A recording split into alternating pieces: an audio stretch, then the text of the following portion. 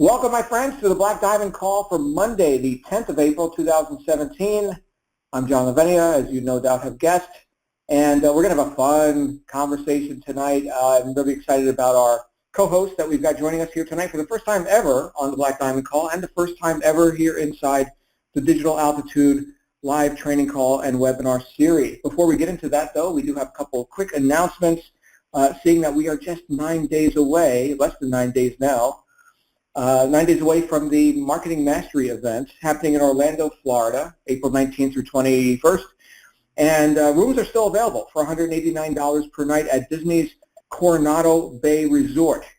I kept saying Concord, and those of you who have heard me on other calls say, I think the name of the place is the Concord. Anyway, it's the Coronado Bay Resort. I've been enlightened by none other than Mary D., our Chief Operating Officer. By the way, Mary D. is the greatest problem solver, one of the greatest problem solvers I've ever met. I mean, she is just as cool as a cucumber. If you guys have never met Mary D. and you got a problem, my goodness, she could solve it just like with the use of thought. She is awesome. And anyway, if you want a special rate on a Coronado Bay Resort room, hit support at digitalaltitude.co or events at digitalaltitude.co. Either email address would work, and you'll get the link for the special group late.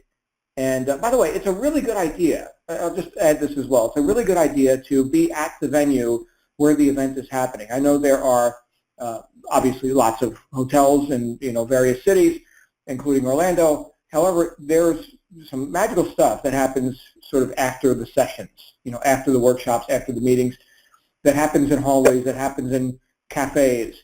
And it's really cool connections that are made. So this is part of the unspoken benefit, which you couldn't even pay for, okay? But you can only get it by being at the venue itself, and so really good rate on that room as well. So obviously, go ahead and grab that while it lasts.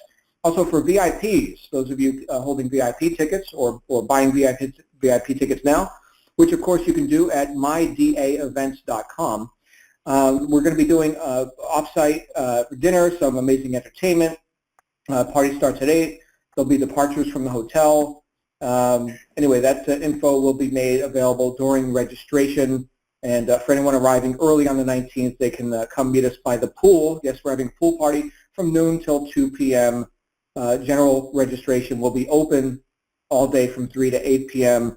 And there's also going to be a meet and greet in a cash bar from 7:30 to 9:30 on the 19th as well. Anyway, lots of festivities. It's a big deal. Do not miss this event. If there is any way that you do not have a ticket yet, get one and then get to Orlando. Anyway, I've said enough. We're already 3 minutes into the call. This is the Black Diamond. Here's what we do on this call. It's a little bit different in the way that this call, we just kind of let our hair down if we have any hair. I think my co-host tonight has removed any hair,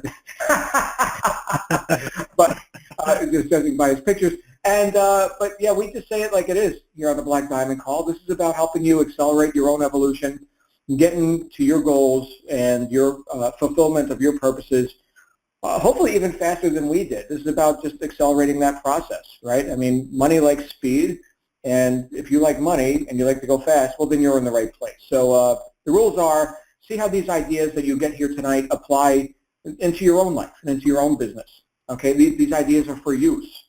As much as I love philosophy, philosophy does not serve me unless I put it to use. So see how these ideas are usable and workable for you. Take what you like and leave the rest. And of course, if my co-host or I say anything that offends you, you'll get over it. That's just how we roll. So what are we talking about tonight? We are talking about overcoming excuses. My goodness, if I had to do a bunch of that in my life, like every day. Every day. So if you're thinking, oh my goodness, we're going to get a lecture from people up in the ivory tower who have never had an excuse in their life, not the case. Not the case, my friends. There's a saying, as easy as it is to do the right thing, it's even easier to not do it. So what does that mean? Well, the title of my first book was Integrity is Everything. And that means that I had to sort of get out of my own way. That means I had to start to confront the ideas that I thought were powerful enough to stop me. And I had to be decisive in the face of doubts, fears, indecision, right? Indecision, my goodness, that's a killer. And it often is verbalized in the form of an excuse. Like, I can't, and here's why. I mean, that sounds awesome. But you know what?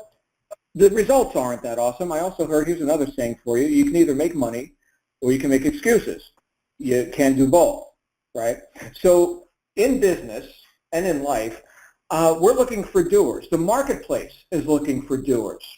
Your new members that you're about to enroll, they're looking for doers. They're looking for leaders. They're looking for people who can think bigger and act bigger than the standard issue excuses that stop most people from ever doing anything, tiptoeing through life, hoping to make it safely to death, which is just tragic. Tragic. You know, I've heard from many people who have said that they've talked to their elder relatives on the deathbed and hearing of the regrets of all the things they didn't do. You know, they let the music die in them, so to speak. And my goodness, that is one thing that I don't want to be saying on my deathbed. Assuming I die in a bed, I don't know. I don't have a crystal ball. It's still on back order. But I'm thinking, what can I do right now to be bigger than the excuses, the circumstances, the trivial stuff, which we all have, right? We all came here with a story. We're still writing that story, okay? I mean, you're here now. You're still occupying space on the planet, not 6 feet into the planet. So yes, you're still qualified to keep writing your story. And we all have a past.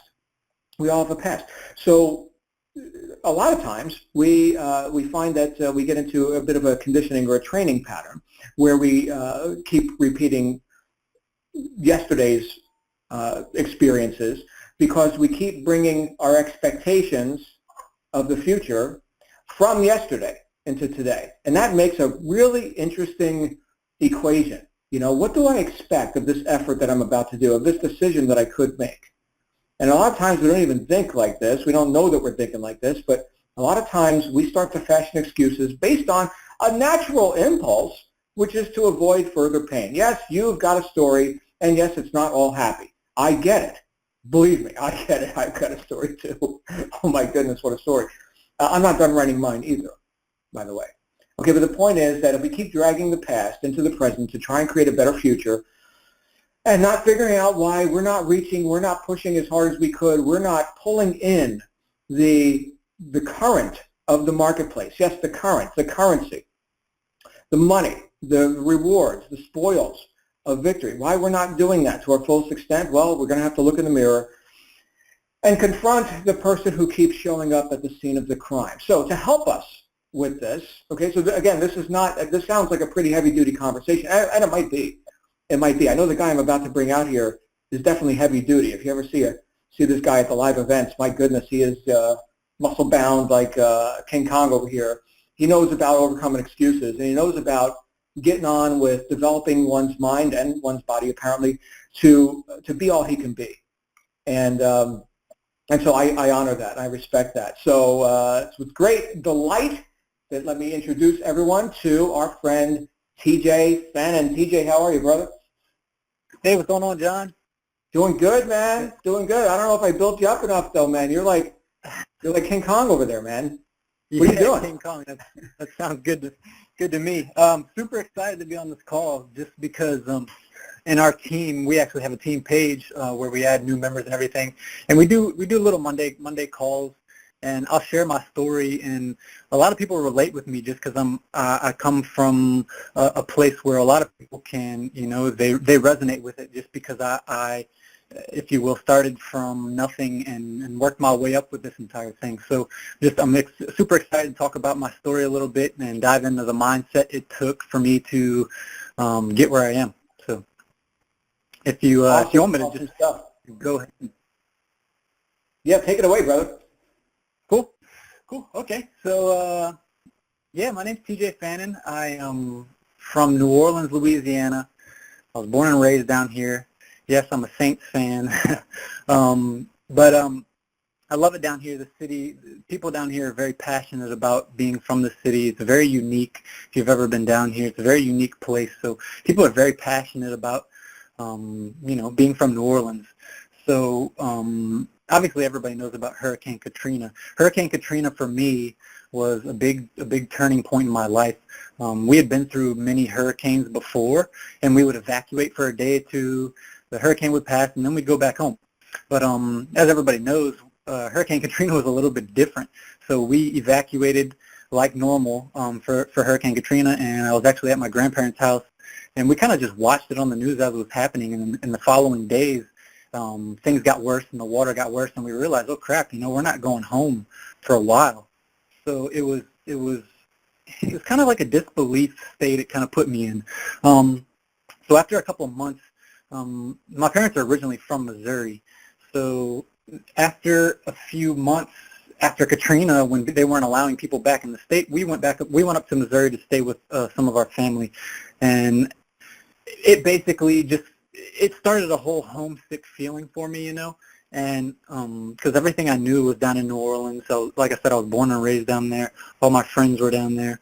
So Katrina happened, and we're in Missouri, and I didn't want to be in Missouri. I wanted to be back home. My parents, it was such a tough road for them. My dad lost all of his business and everything, so he had no way to really make money for us to live. So they decided to, Missouri, by the way, is a lot cheaper to live, so they decided to move to Missouri for good. For them, it was going home, But for me, it was taking me away from my home and everything I knew. So after Hurricane Katrina, I stayed in Missouri for about 8 months. And then I just got tired of it. I was like, you know what? I'm going back down to New Orleans. I'm going to figure this out. And at the time, one of my friends was living in a FEMA trailer. FEMA trailer are these trailers that FEMA gives out to people whose houses were messed up. So this trailer was about 5 feet by 15 feet. It was the tiniest little thing, and me and my best friend were living in there, and we lived there, and I worked manual labor. Didn't really have the direction of what I was going in life, but me and my buddy lived in the FEMA trailer, and then when it was on his grandmother's property, and she got tired of us being there, basically, so she cut the electricity off on us, and he's like, man, I'm going to live with my mom. I hate to do this, but I don't know what you're going to do, So I lived in the FEMA trailer for about a month after he moved out on this lady's property with no electricity. So I was trying to work and figure out what the heck I was going to do with myself, and ended up, it just got really bad. So I broke down, called my mom, was like, Mom, I'm going to come back to Missouri. So I went back to Missouri, and I got into, everybody was telling me I needed to get into college, apparently. So I went to a community college and absolutely hated it one semester. And then after that semester, I picked up and said, I'm going back down to New Orleans. I'm going to make it work. So went back down to New Orleans again and started living with friends and family, and worked manual labor for about another 8 months. And after 8 months, I really just was lost with where I was supposed to go with my life. I wasn't making that much money. And so one thing that I was always passionate about, I was a football player in high school, but when I graduated high school, I was only about 140 pounds, so they said I was too small to play collegiate football. So after my second time living down in New Orleans after Katrina, I moved back to Missouri, again, and actually started registering for schools. And I wanted to walk onto a school and play football. That was one of my goals. So I ended up walking onto a Division II school called Missouri Western. And I walked on and earned a scholarship. I was always really, really fast, so I knew I had the ability to play at a higher level than high school, and I put on a little bit of weight. So I walked onto the school and I earned a scholarship, and it was a great feeling. I was like, all right, I'm doing something with my life now, finally. And so I started going down this road. I want to play professional football. That was always my dream as a little kid, and it kind of got put back because of Hurricane Katrina. And I was like, you know what? It's never too late to go after my dreams. And so I walked onto the school, earned a scholarship, and in my second year, I was rotating in as a starter in a Division II school. Now, Division II is obviously smaller than some of the bigger schools, but the school that I was in had a lot of competition. I actually have about 4 or 5 good friends right now that are in the NFL right now. So our school had a lot of potential, and the Kansas City Chiefs moved their summer camp to our school. So they built this multi-million-dollar facility. It was like perfect for me, It was like, all right, I go to a small school, and then it already has ties with the NFL because the Chiefs have their camp here. So this is kind of when things got a little crazy for me, because I had always, every summer I would go back to New Orleans and I would feel super homesick, and it was just a horrible feeling. And the summer before my junior year, and I actually had NFL scouts looking at me. I set the school record for a vertical leap, which is at 40 inches. So my vert was 40 inches, and I got clocked in at a 4.33 40-yard dash, which is like NFL speed. So I had NFL scouts looking at me, and it was the summer before my junior year, and I was going to be a starter, and everybody's looking forward to it. And I took a trip down to New Orleans again, just like I always do right before school starts. And it was a weird summer for me. It was a summer where I was super emotional, And I remember one night we went on vacation with some of my friends, and I was walking on the beach, and I was drunk at the time, but I was crying because I was so emotional, and I was missing my friends and family life, and I just wasn't happy, So it kind of just messed up my whole trip. The next day, I'm on the beach, and I completely blow out my ankle, sprain my ankle so badly, just playing toss football. I was in about ankle deep water, and just kind of sprained my ankle badly. So it was really weird because, like I said, I was in a very emotional state, and then I sprained my ankle, and then I go back to Missouri, and camp starts the next week. So I'm obviously pretty injured going into camp. I have a pretty bad ankle, and my coach is telling me, look, if you don't practice, you don't play. That's just how it goes. So I fought through it. I fought through the injury, and I was completely overcompensating with my left ankle because my right ankle was sprained. So I went all through camp overcompensating, and I started out the season very well. It was actually come week 5, I was leading the conference in all-purpose yards. And week 5, and I'm lining up for a play and went to push off with my left foot, the leg that I was overcompensating on, and my ankle exploded. And when I say it exploded, my left Achilles tendon completely ruptured. So it was quite a crazy experience. Like I said, I was lined up by the other team's sideline, and I thought they threw their helmet at me and hit me with something because it was just an extreme boom. And when your Achilles ruptures, your heel drops. So I initially went to take a step, and my heel's touching the ground, and I can't move my toes. So my toes are up in the air, and my heel's touching the ground. So I immediately knew something was wrong. I didn't know it was an Achilles. But I one-legged hop all the way across the field, got to my trainer. I was like, I broke my ankle or something. He's like, what are you talking about? And he went to feeling on the back of my leg, and he's like, that's your Achilles, bud. So my Achilles ruptured completely and rolled up into my calf. At the time when it happened, it didn't hurt because I had so much adrenaline going. But it was just one of those things that you never expect to happen to you, So I actually went in for surgery the next day, and I had surgery and woke up in probably the worst pain of my life. I remember they kept asking me on a 1 to 10 scale what was my pain, and every time they'd ask, I'd say a 37. So it was pretty crazy, and I had a full leg cast from my ankle all the way up to my buttocks. So a full leg cast, and I was in a wheelchair and with crutches to move around my house. And I was that way for 6 months.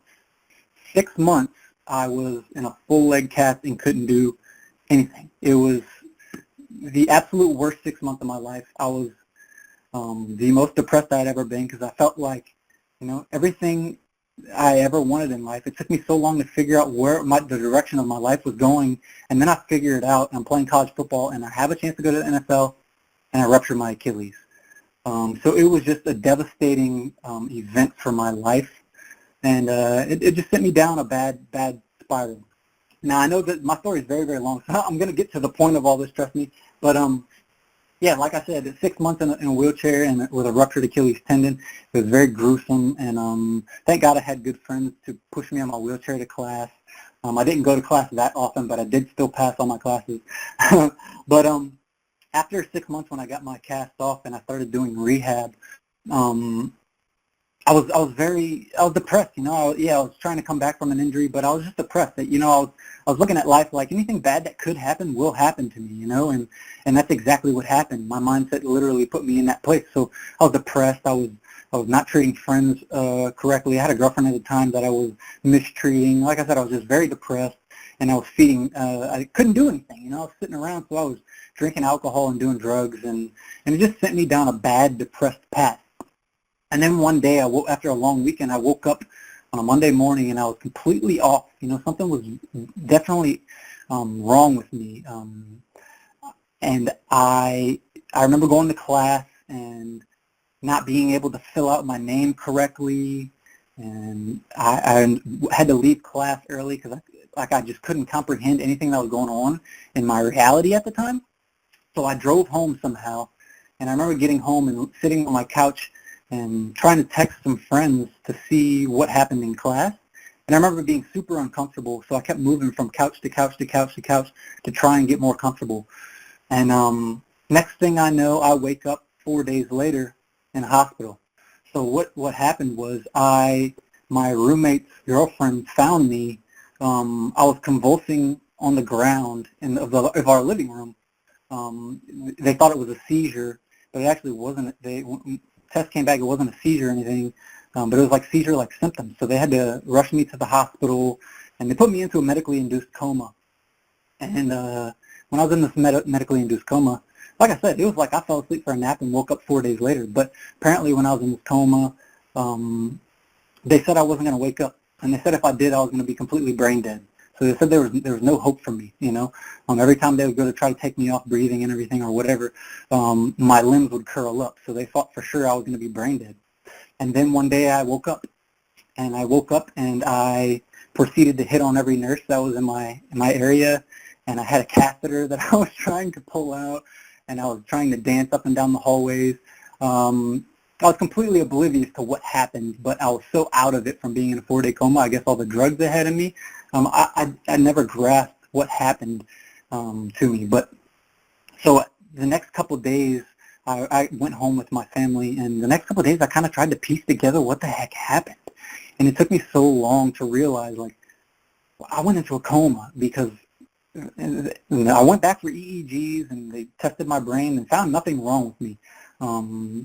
Like I said, they thought it was a seizure, but it wasn't a seizure. So nobody really knew what was wrong to me, but it took me a while.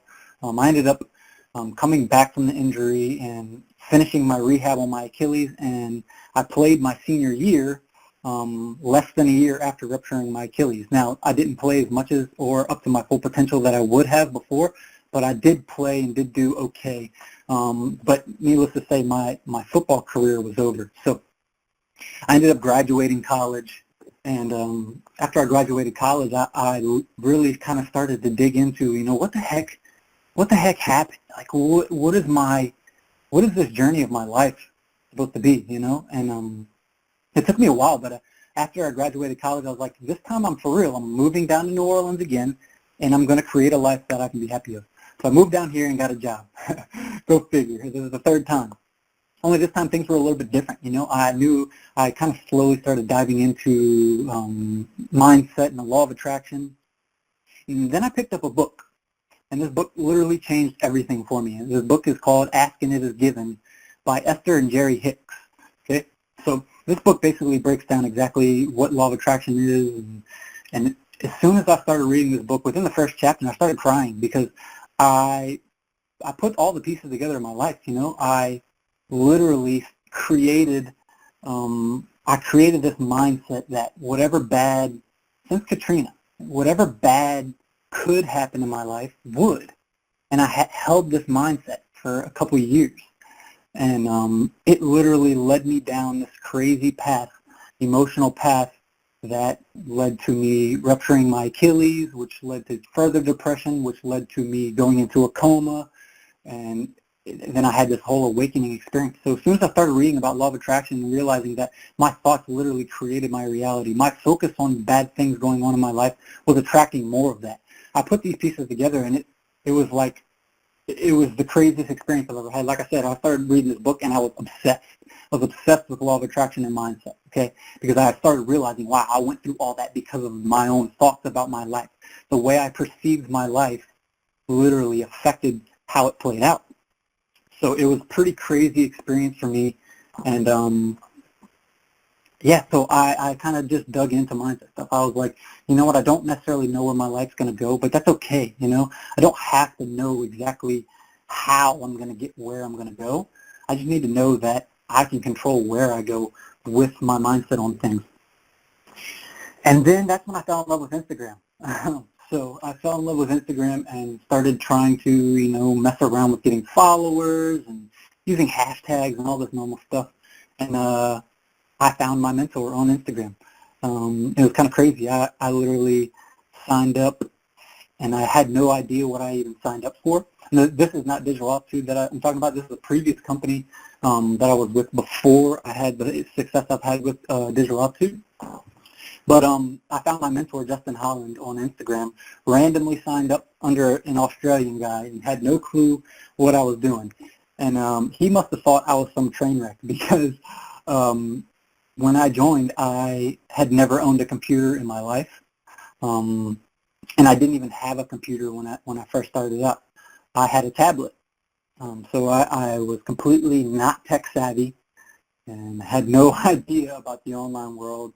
Had no clue about marketing, sales funnels, any of this stuff, So, yeah, it was pretty crazy that I was at a point in my life where I was like, you know what, I'm not going to worry about how things are going to happen for me. I'm just going to focus on the fact that I control my own happiness, and if I control my mindset, the how will come to me. I don't need to worry about the how. I just need to worry about the why and why I want to get where I want to be.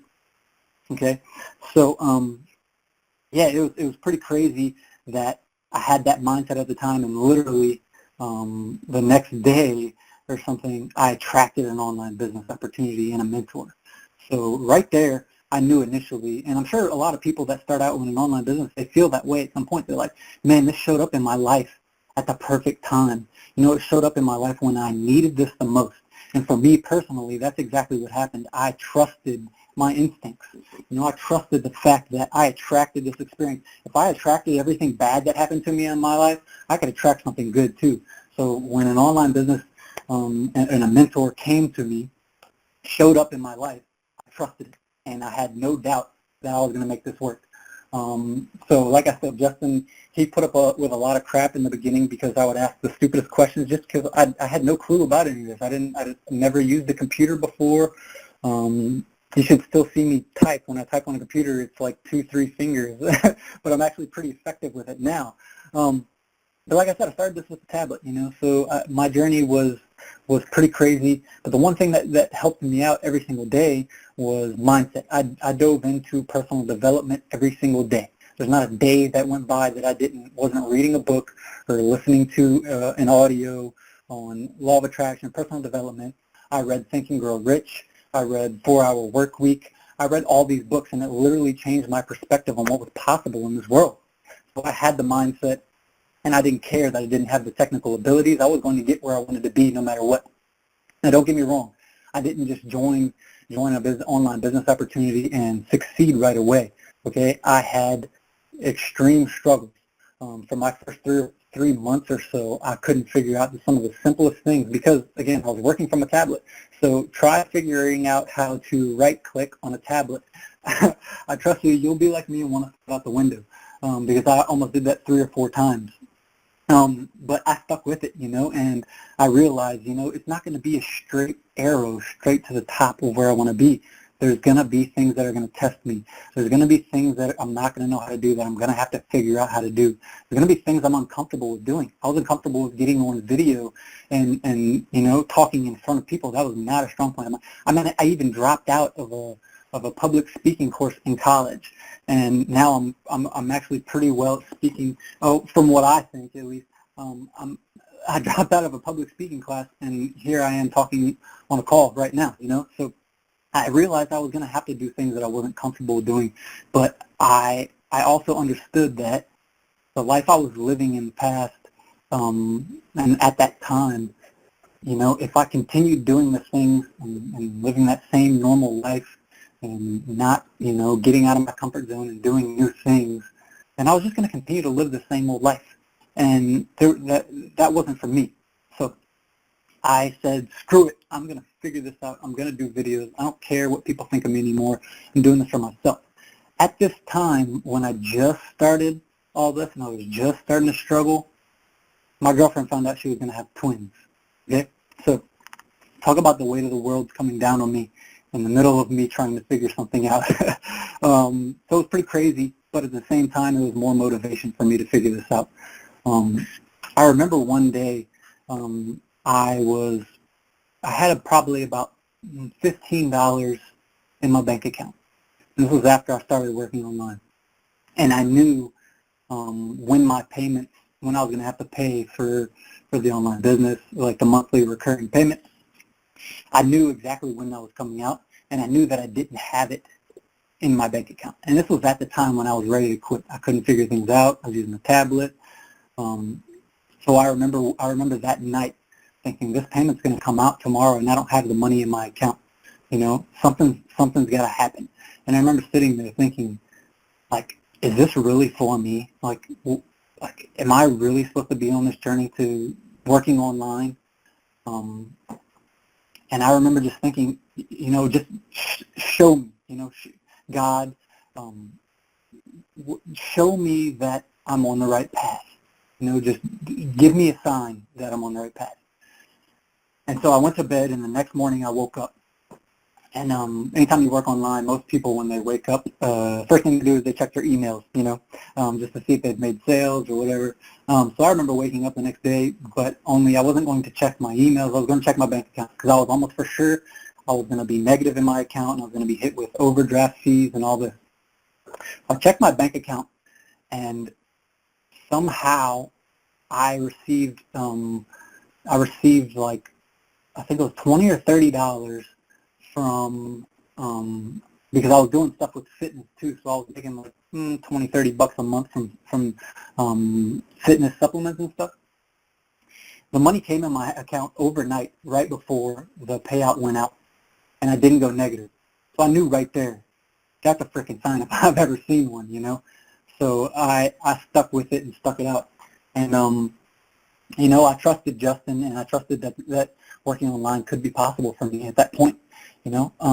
So one of the big things that happened to me is I was still working from a tablet, but I went to my first event. Okay, now John was talking about the power in events. Look, the power in events is real. This is not just some hype about getting to an event to hear people talk. It's more than that. Okay, the relationships you make at events are what changes your life and what changes your business. Okay, for me personally, when I went to my first event, I initially saw all these people, all these people that are making this crazy amount of money online. And just seeing them and speaking with them, being next to them, I realized, you know what? These people aren't anything special. They're exactly like me. They're just normal people that put in the work to figure this out. They didn't blame a company. They didn't blame their sponsor for not helping them. They didn't blame their training or their whatever they were doing for their business. They didn't blame that.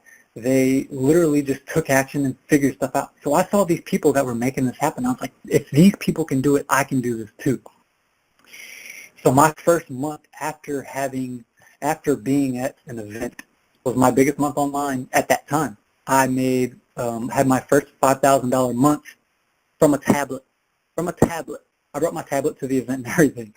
People were laughing at me when I was there. But I had my first 5K month from a tablet, and it was just surreal for me, And this is while we're pregnant with twins. So it was crazy, After the event, I went back. You got to realize that I had a full-time job at this time. Fitness is okay. So when I graduated college in football, got done with football, I had to do something to stay active. So fitness was a passion of mine. That's why I got on Instagram to begin with, because fitness is a big niche on Instagram. So yeah, I started this all out, and it was just kind of crazy for me that Instagram was kind of the way that I went about this and attracted it, So yeah, I had my first 5K month, and then proceeded to just believe in myself more from there on. I realized that, if I could have one 5K month, I could double that. And if I could double that, I could double it again. And I realized it was all just a state of mind that I needed to have. Like I said earlier, success isn't always a straight arrow to the top. You got to realize it's going to be up and down, up and down, up and down. And the one way to get past that is to have a strong mindset, is to listen to inspirational stories, is to listen to motivation, do personal development every single day. Because when you have those bad days, when you're not things aren't going your way, you can sit back and become inspired, to be motivated, and realize your higher path on this is still there. You just have to see through the dark times sometimes, because there's always a silver lining in the cloud, you know. So for me personally, it was a thing that I realized, you know, I can do this, and other people can do this, and there's no reason if someone else could do it, could do it, that I couldn't, you know. So that was big for me, the event, and then staying in tune with my mindset on a regular basis. So I was super pumped at that time, and then we found Digital Altitude, and things have just kind of gone crazy in this past year since I found Digital Altitude, just because there's so much leverage in the system, and it's just incredible. You know, it lines up so perfectly with what I'm trying to do. So I have no doubt that I will reach my goals. Like I said, I've only been working online now for 2 years, and I see some people that have been working online for like 8-10 years, and it's like, wow, when I get to that point, when I've been working online that long, I can only imagine where I'm going to be, you know. So I'm just super excited to be able to be a part of this entire family. I looked at this entire thing as an education. I realized it wasn't going to be a get-rich-quick scheme, because those don't exist. You know, you have to put in work. You have to be patient with the process. You have to learn things that you're not used to doing, and you have to kind of, you know, just go at your own pace. So I looked at this as an education. I said, if I went through 5 years of college, you know, and got a degree and went through all that crap, a degree, might I add, that is useless to me at this point. I looked at this as an education. You know, I looked at it as when somebody wants to become a doctor, they don't just start college or start going to medical school, and within the first semester you're like, you know what, I'm not making any money, I give up. It just doesn't happen. So for me personally, I saw this as, you know what, I'm going to give this my best shot. I don't care how long it takes. I see other people doing it. I don't care how long it takes. I realize their journey is not my journey. If he's succeeding this fast, just because I'm not succeeding as fast as him doesn't mean I can't, you know, still reach my goals with this. So I looked at this as an education, and I was patient, and I stayed on my mindset stuff. So for me personally, that was really big. My mom always told me that patience is a virtue. The one thing that I've never really had a lot of is patience. And working online, you have to be able to develop a little bit of patience to figure things out. You can't always rely on the best Facebook ads training. You can't always rely on the best team training that your sponsor has in order for your success. You have to go out and do it yourself. You have to figure things out. There's only one way you're going to find out if something works or not, and that's to do it. And it's okay if it doesn't fail, because you're going to learn from that, and you're going to learn and be able to do it better next time. So that's the kind of mindset approach that I had about this, and I pretty much got that from lifting weights and playing football my entire life. I realized, you know, you got to put in work. One of our mottos is hard work pays off, and it's the truth. You know, a lot of people see the potential in this business opportunity, and they think it's going to happen overnight. Not saying that it can't, because we have a lot of people inside my team personally that are succeeding big really fast. But if people realize that it's going to take hard work, and it's going to take a little bit of resilience and patience to make this happen, they'll go about their work a little bit more. Most people get into something and they are super desperate to make their business successful. Now, when you're super desperate, desperation is an ugly trait to have, okay? And it changes your marketing. When you make videos and you're super desperate for somebody to join your team, guess what? You're not going to attract anybody to join your team, okay? Just being desperate in a place like that is just a bad place to market out of. So as you learn patience and start to learn little things and celebrate your small successes, I don't care if it's your first lead, celebrate it like you just won the Super Bowl. That's how you slowly progress towards creating the success you want. And you just got to realize that everybody's journey is different. For me, my journey is obviously a lot different from people. Some people might start out more tech savvy than me. I had to figure out how to use a computer. As a matter of fact, after I had my first 5K month from a tablet, my mentor, Justin, actually bought me my first computer. So he bought me my first computer, but which was really cool. It was probably one of the coolest things anybody's happened for me, but I didn't know how to use a computer. So I had to figure it out on my own. And I'm just blessed to be able to sit here today and share my story and just kind of inspire people, no matter where you're at in life. Just realize that, you know, you attracted this opportunity for a reason. You're here for a reason, and your perception on it is going to be the total out is what's going to create the outcome for you. So if you're expecting to succeed, you're more likely going to succeed. When I was doing things, I looked for every single reason that I could make this work, when most people point out all the reasons that they can't make something work. So most people start out online, they're like, oh, you know, I really don't have time, you know, because I work a full-time job. Yeah, for me, I was working 50 hours a week, waking up at 5 in the morning and driving an hour to work. I worked manual labor in the oil field. Well, it wasn't the oil field. We were making hydraulic hoses for like oil tankers and stuff. So it's really, really hard manual labor work. And I'm in southern Louisiana, so the heat is about 100% humidity and 100 degrees. So just completely brutal. So I literally had every excuse to give this up. I was working 50 plus hours a week of manual labor, and as soon as I would get off of work, I would go to the gym, just to kind of get that was my meditative process during each day, where I would kind of release. So I would work 50 hours a week, going to the gym every day, and then drive an hour home. And when I got home, I would put in work for a few hours on my business after my girlfriend would go to sleep, because we were going to be having twins. So I had twins, and things just changed for me.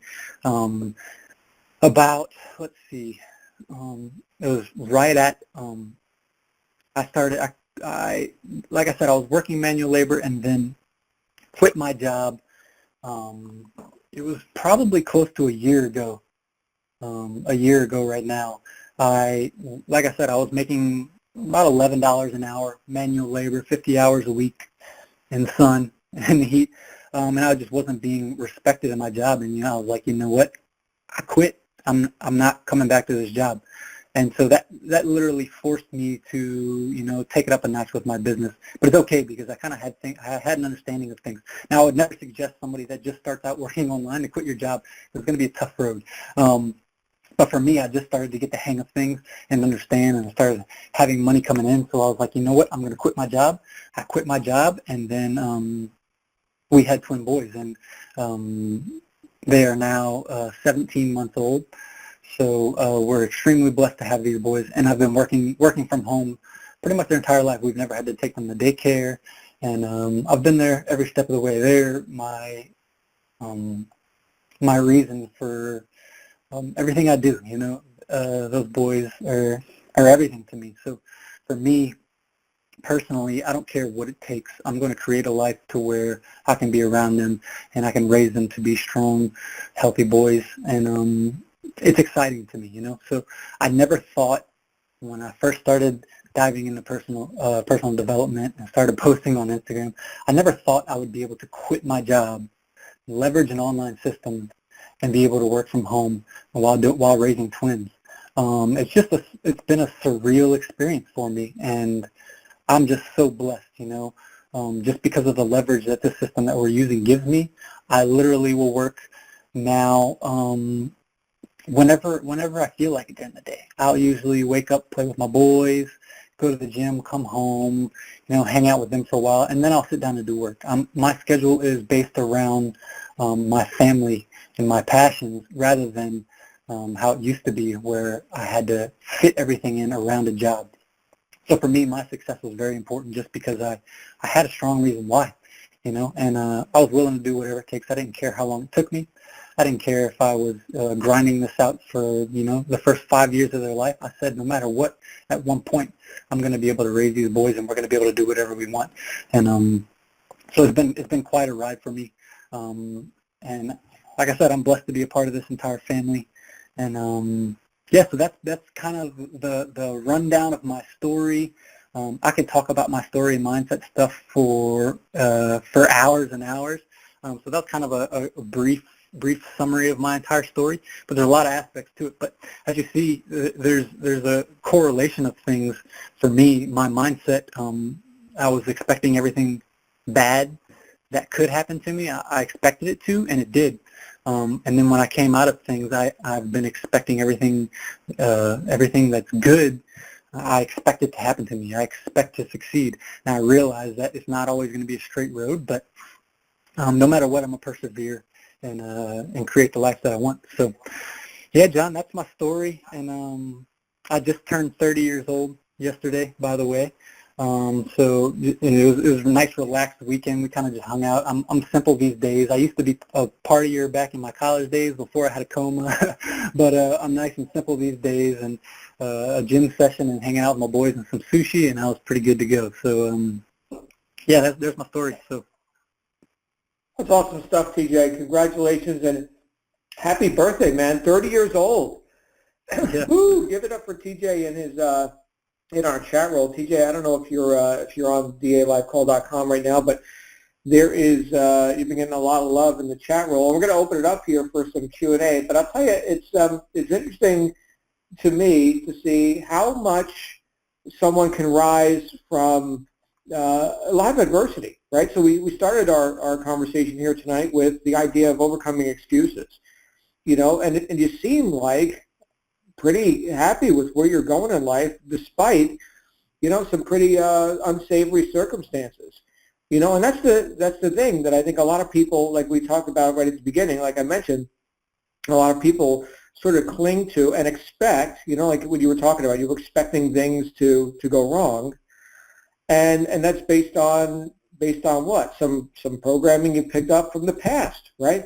So Exactly. to be able to get into, to get into present time and look around and see what opportunities are here. What can I do with my abilities, my aptitudes, my interests? And here you are, man, just a couple years later, and assisting a lot of people throughout your business, and of course here tonight on our live call as well. So thank you, man. Fantastic stuff that you shared here today. Yeah, so would you like to take some questions and comments from our gathering here tonight? Yeah, of course. Great, let's do that. So what we're going to do, everybody, is we're going to open it up for Q&A and comments, and anything you'd like to talk about with TJ. I would recommend that we keep it sort of on topic of, overcoming barriers and excuses and false expectations and, mindset and stuff like this. If you have like a tech support question or something, we do have a help desk over at DA, and people know about, getting websites working and whatever you need there for tech. We can't solve those problems for you on a conference call. So we're going to go ahead and open it up right now. Hold on a second. So Q&A session has started. If you'd like to come on out here, you can go ahead and click the command to raise your hand, and if you are on a phone, that command would be *6, and then you can confirm by pressing the number 1. Or cancel by pressing the number 2. Looks like somebody was just trying to jump out there. Again, this is your opportunity to speak with TJ directly right here on our live call. So if you are joining us live, go ahead. I see our first caller. Well, our first caller jumped in and out of queue. Again, don't be shy. If you want to come on out here, now is the time to do it. This call is for you. We're going to go to our first caller. Please don't cancel. I'm going to go ahead and go to our first caller here, which is Rusty. Rusty, you're live on the air. Rusty Prowitz, you are live on the air, sir. Oh, sorry, I was just listening. Okay, very good. Anything you'd like to say or ask TJ tonight? No, I'm just still kind of new. I just joined a few days ago. I'm getting ready to do my business plan tomorrow. Very good, Rusty. Glad you're here, and keep on trucking. We will see you on our next call. And we're going to go to our next caller, which is Joshua. Joshua, you are live on the air. Whoop, we just lost Joshua. Okay, I'm going to go for last call here. We got a bunch of people online. If you'd like to come out, now would be the time to do it. We're going to go to our next caller, which is Cece. Cece, you're live on the air. Yes, hi there. Can you hear me okay? Oh, loud and clear, Cece. Thank you for jumping out. Awesome. Thank you, John. Yes, I have a question for TJ. TJ, can you please tell the rest of us, with the days that, because you said you work when you feel like working, but when you do feel like working, can you take us through a typical work day for you, please? Hi, Cece. Glad to have you on. Yeah, so for me, I usually wake up. I don't wake up from an alarm. I've always hated alarm clocks. Go figure.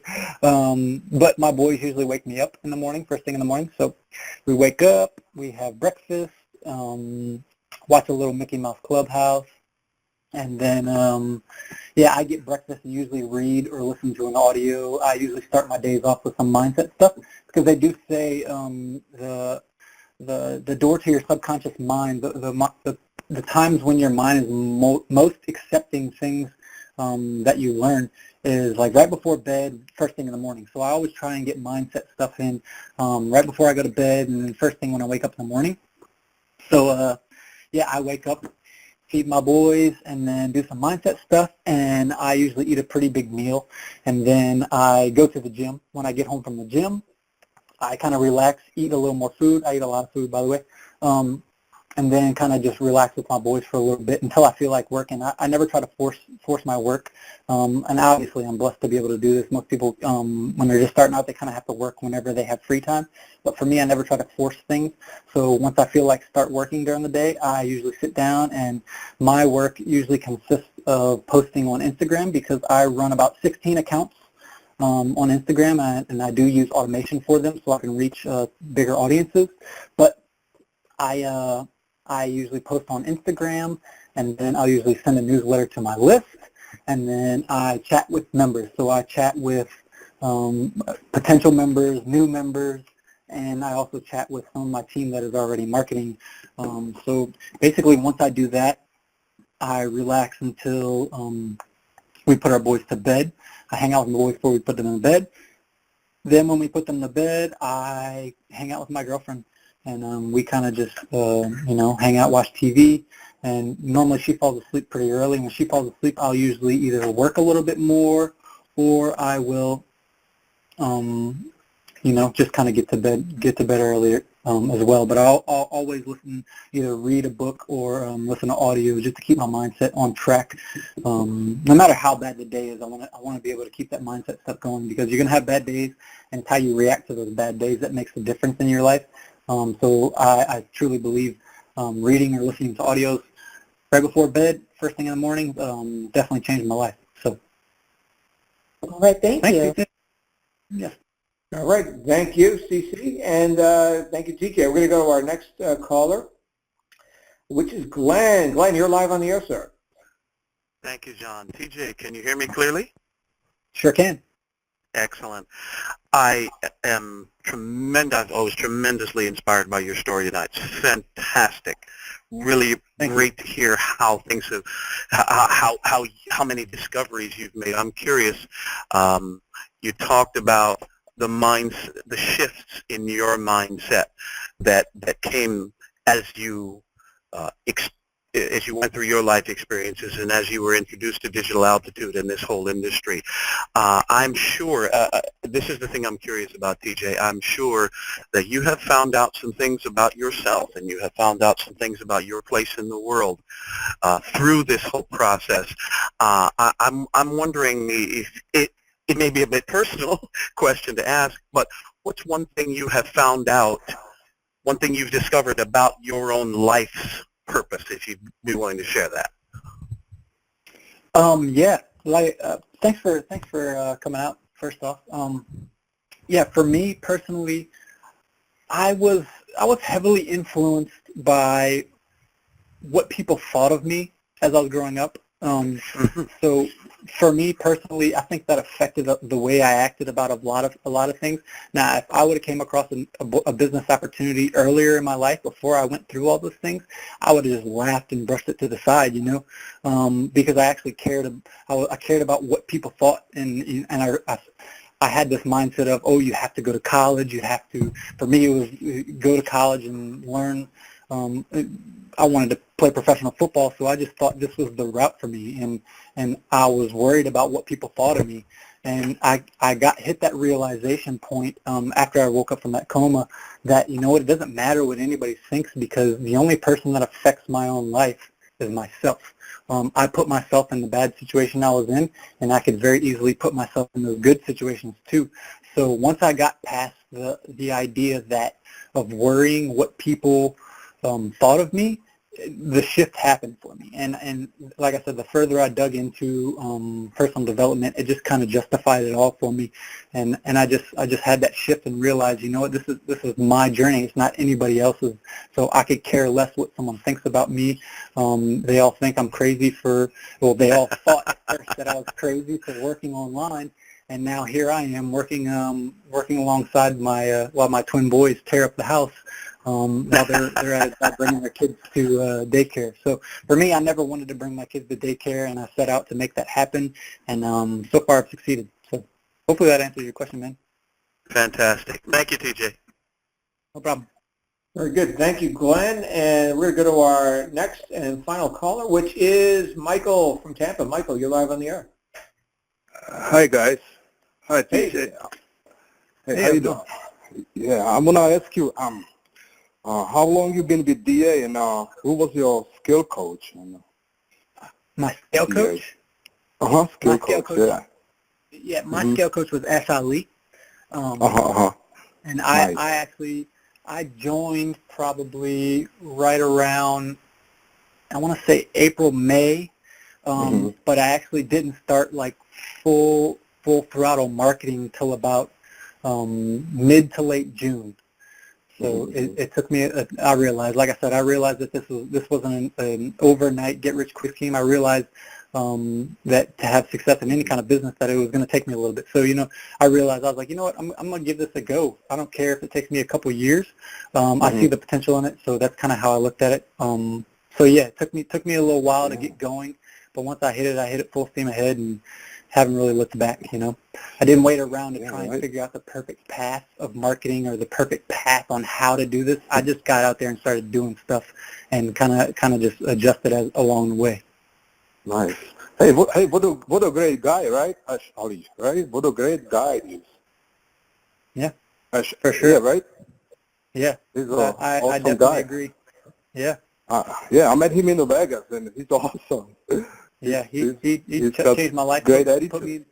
put me in position to succeed with this, and I'm forever grateful. Yeah, right? Nice. Oh, thank you. Very nice story. I really like it, and thank you. I appreciate you guys for having me. Thank you. All right. Thank you. All right. Thank you, Michael. So and much. with that, we're going to end Q&A. All right. And so, let's wrap up with that. TJ, thank you so much for coming out here and sharing your experience with the entire Digital Altitude community. We're very much looking forward to seeing you live and in person. And where are we going? Yes, that's right, Orlando, Florida, in just 9 days. So I'll see everybody there. TJ, any closing comments from you tonight? I would just say, like I said, guys, realize that give yourself time to figure this out. Don't stress on other people having success faster than you. Realize this is your own journey, and just stick with it, and you'll do great. Like I said, mindset every single day. Even on those bad days, that's when you need it the most to keep yourself in check. So that's all I got. There you go, man. There it is. Thank you, TJ. Everybody, have a great night. We're going to see you back here tomorrow on the wake-up call. Of course, that's at 10 a.m. Eastern U.S. time. And, of course, everyone here is welcome. And in the meantime, make it a great night. You certainly deserve it. We'll see you tomorrow morning. Bye for now.